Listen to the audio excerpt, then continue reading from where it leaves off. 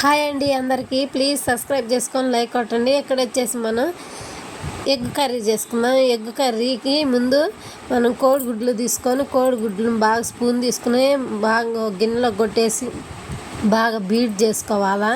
Beat చేసుకొని ఇడ్లీ ప్లేట్లు తీసుకొని ఇడ్లీ ప్లేట్లకి కొంచెం నూనె అప్లై చేసుకొని ఎగ్ మిశ్రమం ఉంది కదా, ఇడ్లీ ప్లేట్లు అన్నిటికీ వేసేసుకొని ఎగ్ మిశ్రమం అంతా వేసేసుకొని ఇడ్లీ పాత్రలో పెట్టుకోవాలి. ఇడ్లీ పాత్రలో కాసిన వాటర్ తీసుకొని అవి పొయ్యి మీద పెట్టేసి ఇడ్లీ ప్లేట్లు మొత్తానికి మనం ఎగ్ అనేది కొట్టేసుకొని, మా రోషను మా కార్తీకు ఎగ్గు తినరు, ఎగ్గు పైది తింటారు కానీ జన అనేది తినరు. అందుకని చెప్పి నేను ఇట్లా బాగా బీట్ చేసి బాగా నొరగొచ్చేటట్టు చేసి ఇడ్లీ ప్లేట్లకి వేసి పెట్టా. ఇడ్లీలు అలా భలే వచ్చినాయి. ఇక్కడ వచ్చేసి మనం కడాయి పెట్టుకొని బాగా ఇడ్లీలు బాగా ఉడికించుకొని తీసుకొని పక్కన పెట్టుకోవాలి. తర్వాత కడాయి పెట్టుకొని 2 స్పూన్లు ఆయిల్ వేసుకొని ఉల్లిపాయలు వేసుకొని కొంచెం అల్లం వెల్లుల్లి పేస్ట్ వేసుకొని పచ్చివాసన పోయిందాక వేయించుకోవాలి. పచ్చివాసన పోయిందాక వేయించుకొని మనం ముందుగా ఎగ్ ఇడ్లీ అని రెడీ చేసుకున్నాం కదా, ఉడికినాయి కదా, వెంటనే తీయకుండా ఒక 5 నిమిషాల నుంచి తీసి ఒక ప్లేట్లకి వేసి పక్కన పెట్టేసుకోవాలా. ఇక్కడ వచ్చేసి ఉల్లిగడ్డలు బాగా ఫ్రై అయిపోయినాయి కదా, అల్లం వెల్లుల్లి పేస్ట్ కూడా ఫ్రై అయిపోయింది.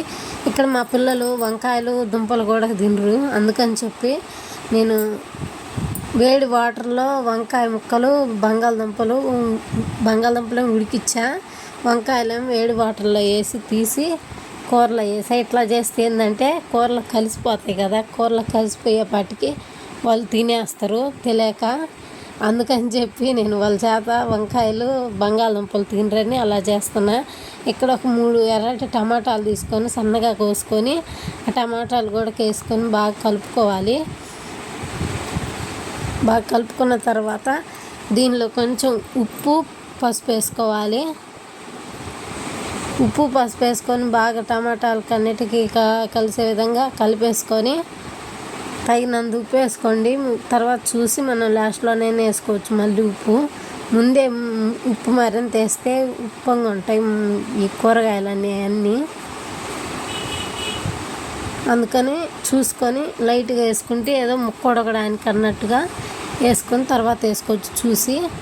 బాగా మూత పెట్టి ఒక 5 నిమిషాలు మగ్గనిస్తే బాగా మగ్గిపోద్ది. తర్వాత నేను ఒక దుంపని తీసి బాగా ఉడికిచ్చి సన్నటి ముక్కలుగా కోసి పెట్టుకుంటే ఇలా సన్నగా అవ్వడం వల్ల ఏంటంటే కూరలో గుజ్జు అయిపోయి పిల్లలు దుంప వేసినరా వేయలేరా అని కూడా తెలుసుకోకుండా తినేస్తారు ముద్దలతో పాటు. అందుకని నేను సన్నగా తరిగి వేసా.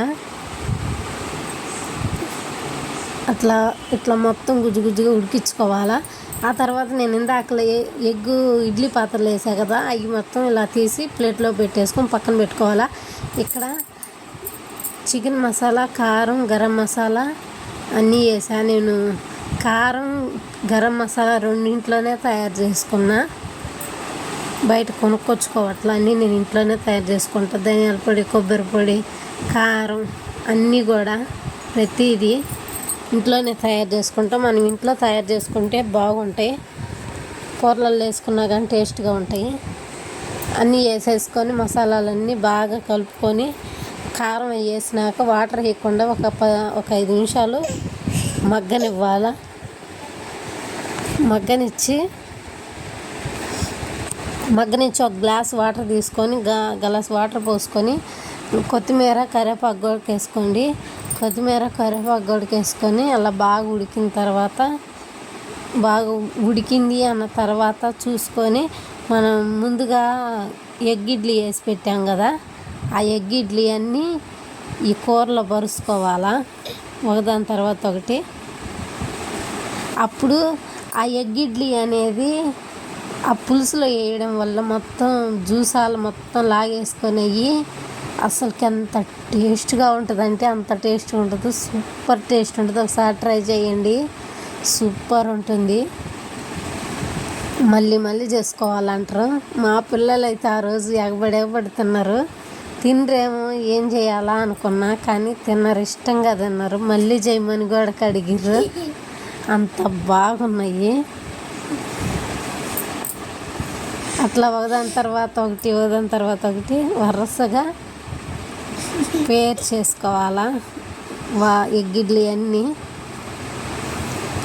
వీళ్ళు లోపల జన తినరు, అందుకని చెప్పి నేను కోడిగుడ్డు కొట్టి అంతే డైరెక్ట్గా ఇడ్లీ పాత్రలు ఉడికించుకోవచ్చు. కానీ జన తినరని నేను బాగా స్పూన్ పెట్టి బాగా బీట్ చేసిన. విస్కర్ ఉంటే విస్కర్తో చేసుకోండి, మీరు విస్కర్ లేకపోతే స్పూన్తోనే చేసుకోండి. ఇంటికి రాగానే అన్నం వండి అన్నంలో వేడిగా కూరేసి వైష్ణవికి కార్తీక్ పెట్టేస్తే సూపర్ టేస్ట్గా ఉంది. ప్లీజ్ సబ్స్క్రైబ్ చేసుకోండి.